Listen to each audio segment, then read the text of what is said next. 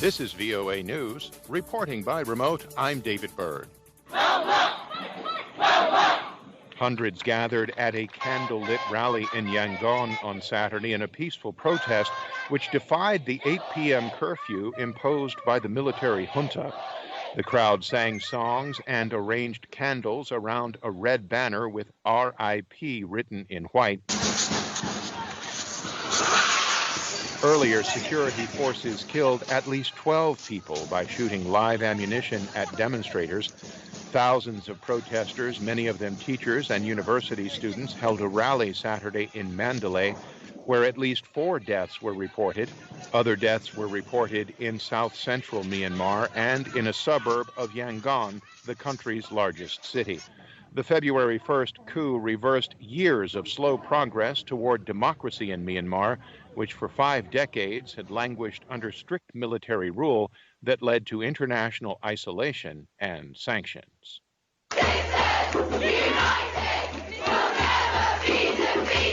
Several people were detained on Saturday night during a vigil for a woman murdered in London in a case that has caused widespread outrage in Britain about women's safety.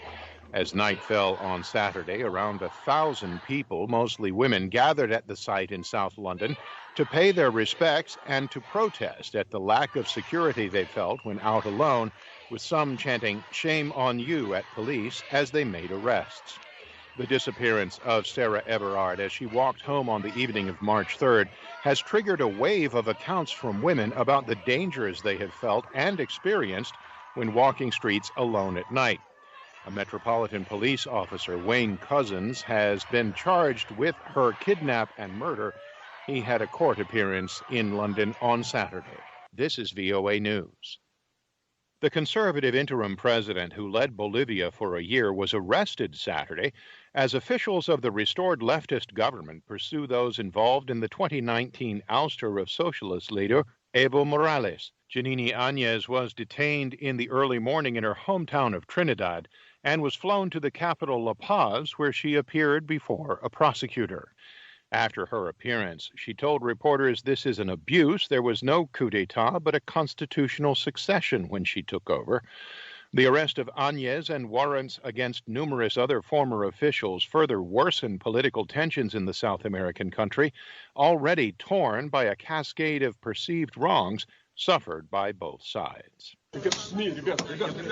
Russian police detained around 200 people Saturday at a conference of independent municipal deputies in Moscow, accusing participants of violating the law by attending a pro-democracy forum with ties to an organization the government has labeled undesirable.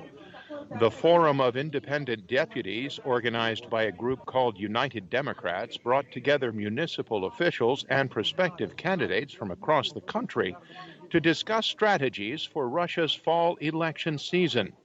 Authorities said the event was sponsored by Open Russia, an organization they labeled undesirable in 2017 for its financial ties to the exiled Russian businessman Mikhail Khodorkovsky.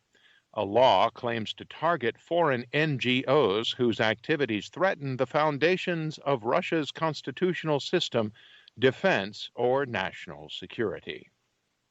Officials in Afghanistan said Saturday a car bombing, a roadside blast, and insurgent raids had killed at least 22 people, including security forces and civilians.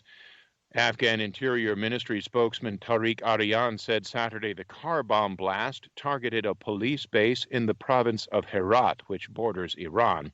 No one immediately claimed responsibility for the attack. A Taliban spokesman said that it had nothing to do with the bombing, but Afghanistan's President Ashraf Ghani blamed the Taliban. Separately, a roadside bomb went off Saturday morning in Tarinkot, the capital of southern Uruzgan province, killing 3 civilians and injuring 4 others. Meanwhile, Taliban insurgents carried out pre-dawn raids in northern Kunduz and Balkh provinces, killing 11 Afghan National Army soldiers and injuring 6 others. For more on these stories and the rest of the day's news, visit our website, Reporting by Remote. I'm David Byrd, VOA News.